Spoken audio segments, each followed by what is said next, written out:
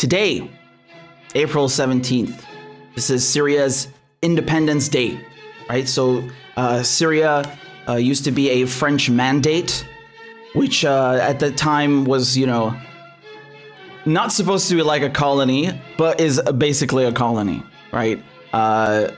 You know, Algeria, for example, was, I mean, that was on another level. That was not just a French colony, they made it a département, which is basically like another, you know, like a state, basically, right? Like, no, we're annexing this is France now, right? And I mean, they committed genocide there, it's awful. And, you know, Morocco, for example, that was a protectorate. And, you know, Syria was a mandate, just like Lebanon. And today is our Independence Day in Syria, April 17th, 1946. And, you know, this is the day when the last French troops left, right? And the next day, so April 18th, that's when you'll have a public holiday, basically. And, you know, I think it's important to celebrate this and to talk about this, especially in the context now, because, you know, Syria has been under attack for the last 10 years, and ironically, no less by the same powers, right? By France, by the UK, and of course, America. And, you know, I want to just remind you, you know, how this came about, because, you know, Syria was under occupation by the Ottomans for around 400 years, okay? And ironically, this is kind of like the reverse of what you had in Europe, right? When Europe was like, you know, in the Dark Ages, it's just everything, it was backwards. The Arabs, they were advancing everything, you know, science, medicine, they were translating Greek philosophy and you know, basically saving all these things and translating them in Arabic, advancing astronomy, you name it, right? And Damascus was the first capital, you know, of the Arab Empire, of the Islamic Empire, and this is known as the Islamic Golden Age, right? And you have the Umayyad, you know, dynasty, and then the Abbasid, and the capital moved to Baghdad. So, you know, Damascus is a really important place. I mean, even before that, it's thousands of years old. It's the oldest city in the world. And the tables turned afterwards, right? You had the Levant coming under occupation by the Ottomans, and that was like our Dark Ages, basically, right? Lots of repression, and it's just, you know, they ruled with an iron fist. And so, and then, of course, in Europe, you had the Renaissance, and then we come to World War I, okay? And now, if you've watched Lawrence of Arabia, well, I mean, that is just, you know, in of itself, it's a magnificent movie, right? It's a magnificent production. Peter O'Toole, Hamar Sharif, Alec Guinness. So definitely watch that. It's a wonderful film. But, you know, if you've seen that, you know that Lawrence, T.E. Lawrence, he was recruited by the Arab Bureau, which was founded in 1916 in Egypt, right, by the British. And they sent him to gather all the Arab tribes and to overthrow, you know, the Ottomans, to destroy their empire. Because there's a line in the beginning of the movie where he says, it's a sideshow of a sideshow, right? Well, it turns out it was the complete opposite. So, you know, there was a promise made to the Arabs that if they helped with this revolt, with the Arab revolt, that they would be given their independence, right? Now, I don't know what, you know, everyone believes their own version, if whether Lawrence was tricked into promising that, or whether he was in on it. I think I'm leaning more towards that he was tricked. I think this guy genuinely loved Arabs, and you know, in the movie they call him a desert-loving English, which is just, you know, yeah. So no, I think he genuinely loved, you know, Arabia. Truly, you know, he learned the language. He probably knows it like the back. You knew it like the back of his hand. Absolutely, right? But they captured Damascus in October 1918. And it turns out that in the background, the British and the French had made a secret agreement, the Sykes-Picot agreement, right? So let me show this to you. And just to summarize it, a bunch of old white dudes gathered around a table and just carved up the Middle East to their liking, right? No surprise. No surprise. And let me just show you what this looks like, because they divided it into different zones, yes? So you can see here, you had Syria under French rule, right? Palestine, you know, it ended up becoming British afterwards, but they basically divided them into British and French zones, and then some of them were shared between the two. I mean, it's just disgusting, honestly, right? You have these people who are from thousands of miles away coming here and deciding, you know, what flag is going to fly, who's going to be in charge, and it's disgusting. And they drew this up in secret. They drew this up in secret, the Sykes-Picot agreement. And, you know, Sykes and Picot, these were two French and British diplomats, more like colonizers, if we're being frank. So, you know, they just carved up the Middle East, and this is very much like what they did in Africa, right? You remember the Europeans? They had the this scramble for Africa, as the period is called, and you know, they had the Berlin Conference, and they just carved up Africa to their liking, right? Oh yeah, you take this, you know, the Italians can take that, France will take this, you know, Germany will take this, and everyone goes and plunders and commits genocide and does what they like, and, you know, it's disgusting, right? So this is why I think it's really important and vital that we have solidarity with each other, and this has been the case, right? It's not something new. I mean, throughout the decolonization process, and to this day, this is why you have an understanding in the global south, because all of these countries were, you know, oppressed by the same powers, and you still have remnants of their cultures, of their rule in, you know, the lands that they colonized. I mean, you have several countries in Africa whose monetary policy is still controlled by France. Their currency is controlled by France to this day.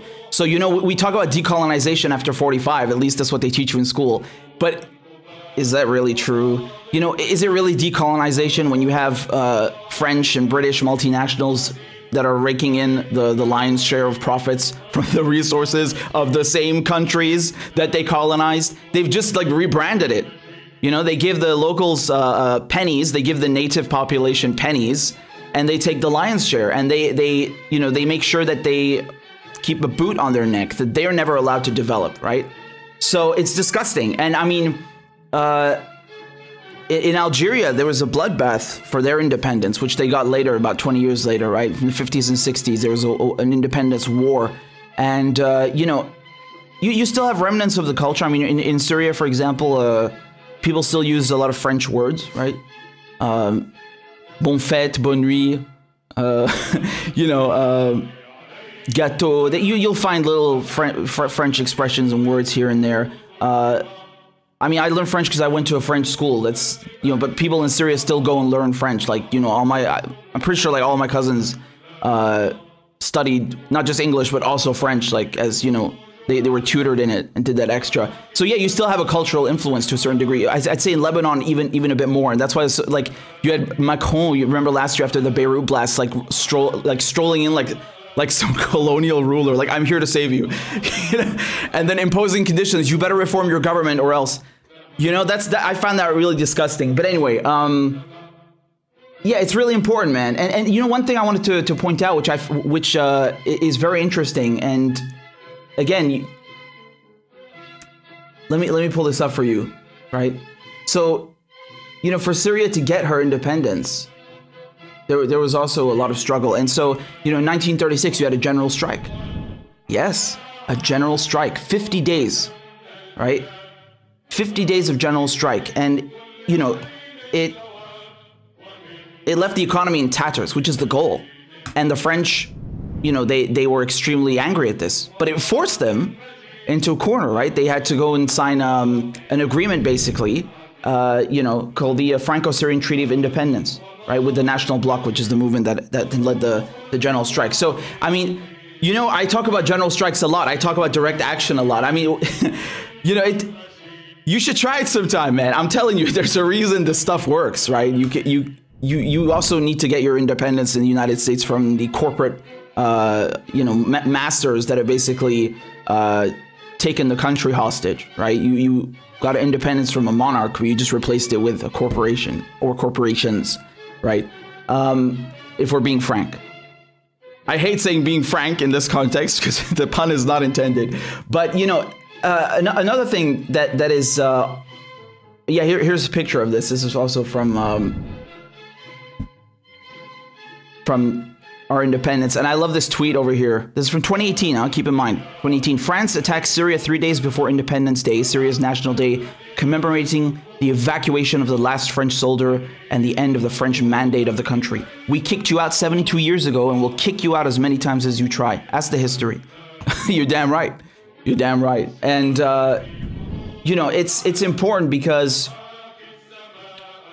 you know, the Syrian opposition, what I find so astounding about it, among many other things, the flag that they've picked is a colonial flag, right? What they did is they went and took the this green flag from, you know, 1932 to 1950, which is from the First Syrian Republic.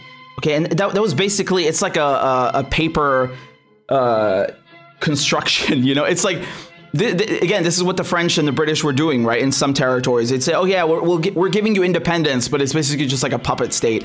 I mean, this is disgusting. Like, how can you call this a revolution and liberation, and you're using a colonial, disgusting rag like that?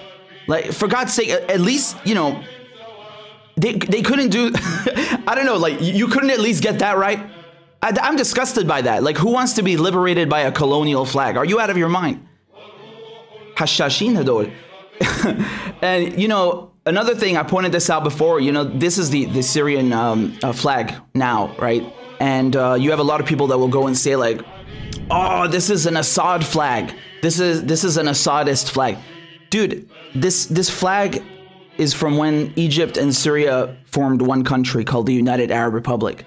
But, you know, Hafez al-Assad was not president. Bashar al-Assad was not even born. It's nothing to do with them. It's literally nothing to do with them. It's just some bullshit, you know, propaganda, that some talking point that they try to use, right? Like, you know, we're not having your goddamn colonial nonsense. So yeah, you know, with the United Arab Republic, it didn't work out in the end, unfortunately. Nonetheless, Syria kept the flag, right? Syria kept this flag and still has this flag to this day. And it definitely beats the colonial rag that the French imposed, right? And, you know,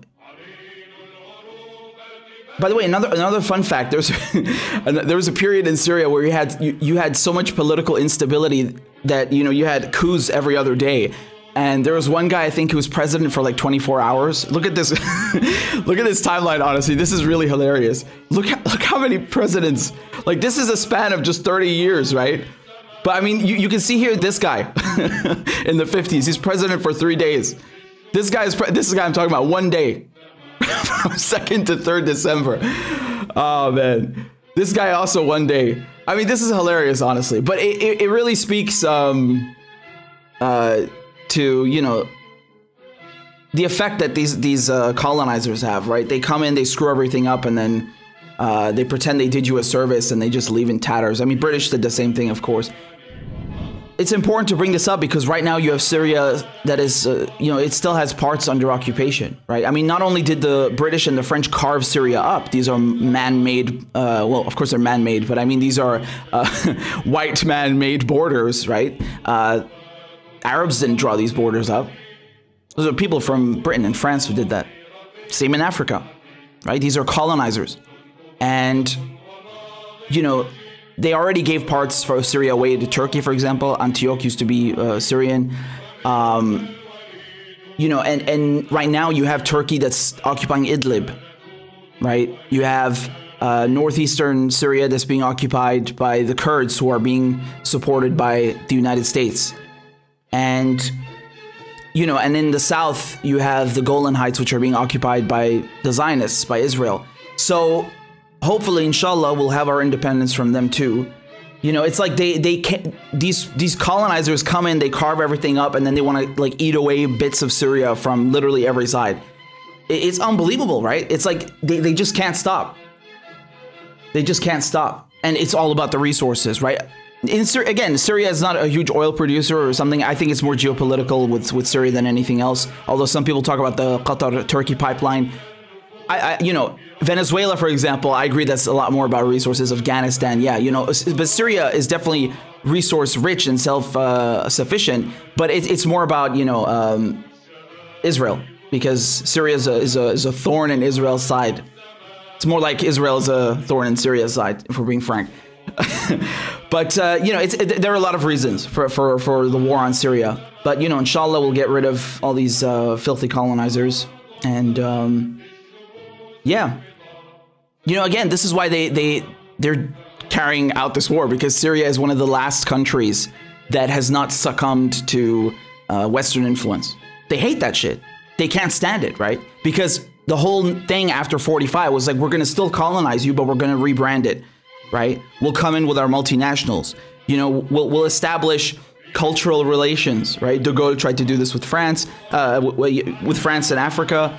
And, you know, the British, they then created the Commonwealth. And, you know, they still want to dominate these countries politically and economically. And Syria, of course, is not having any of that shit. Even Iran is vilified. Why do you think Iran is vilified since 1979? Because they overthrew the Shah, who was installed by the CIA and MI6 so they can steal their oil, right? So when you stand up to these colonizers, to these filthy fucking thieves, this is what they do to you, right? They will demonize you. They will destroy and plunder and pillage your country because they're fucking scum, right? And Syria is not going to tolerate any of that.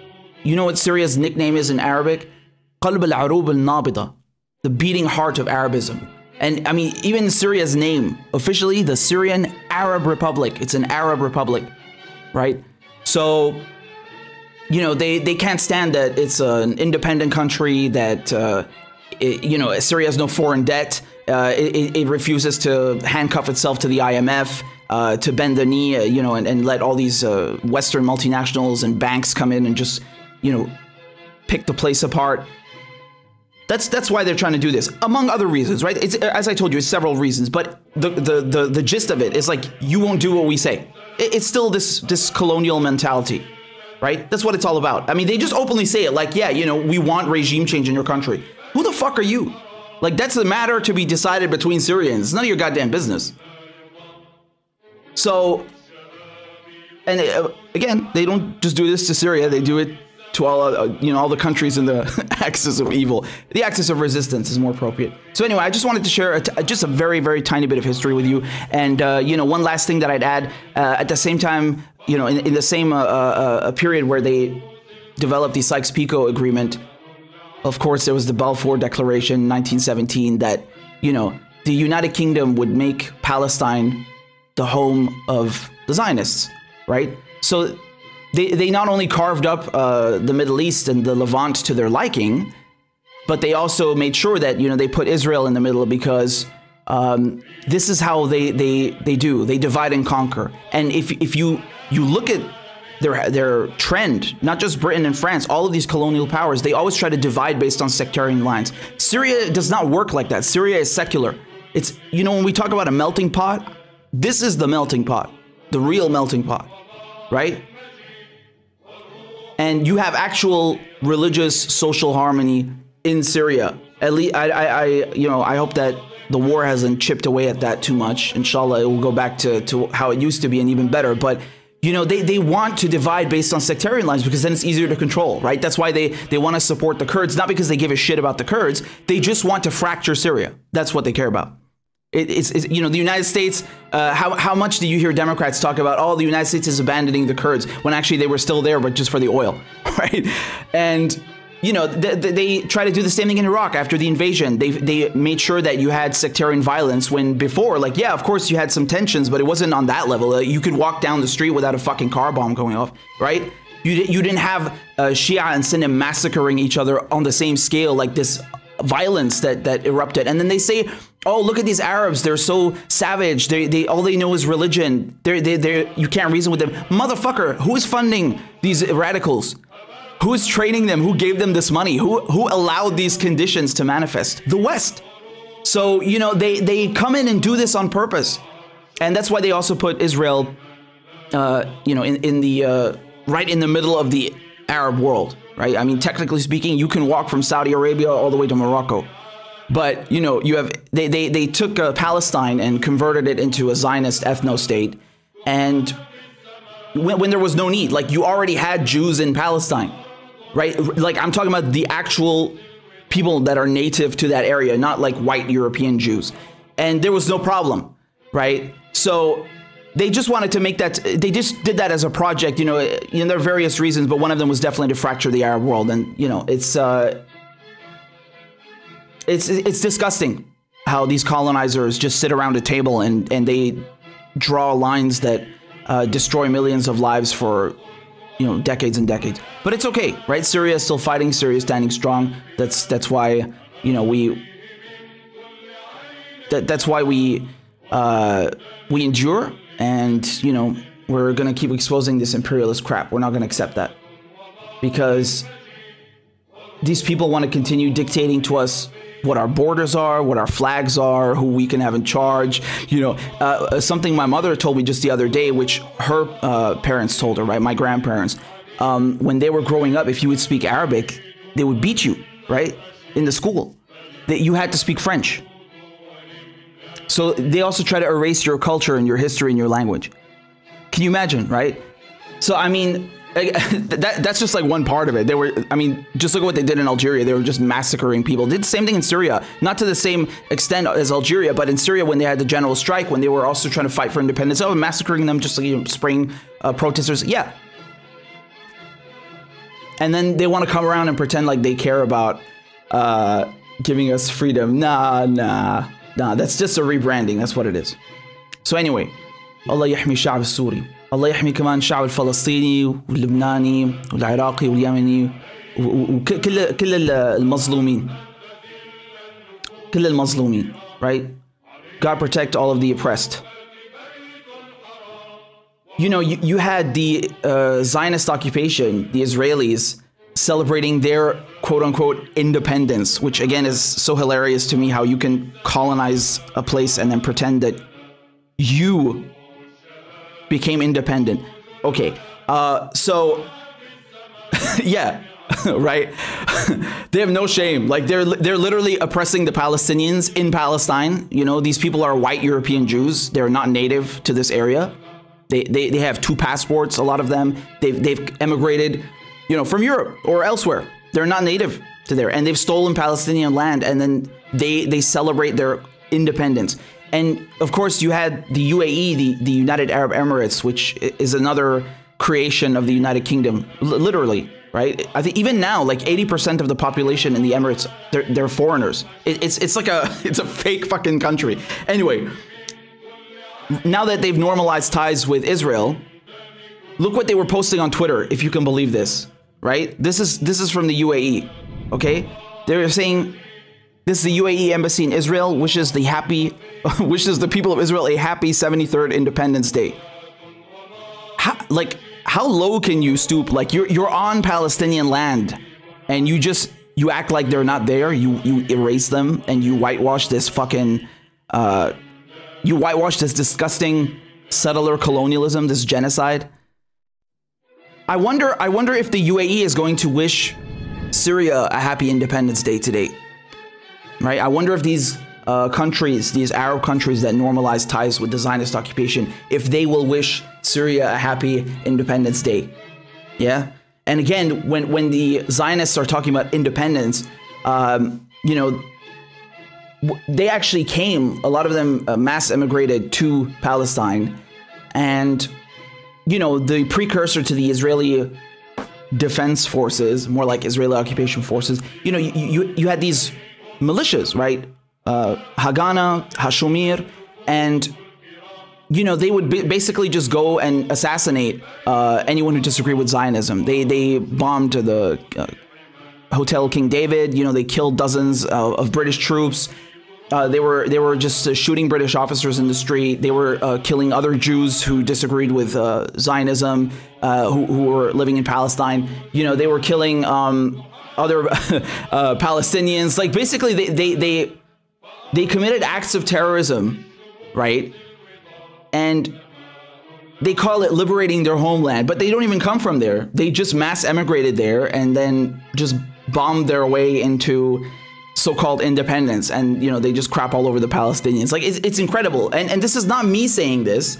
This is their history. Go and read, for example, a book that I recommended to you from Ronan Bergman, which is Rise and Kill First.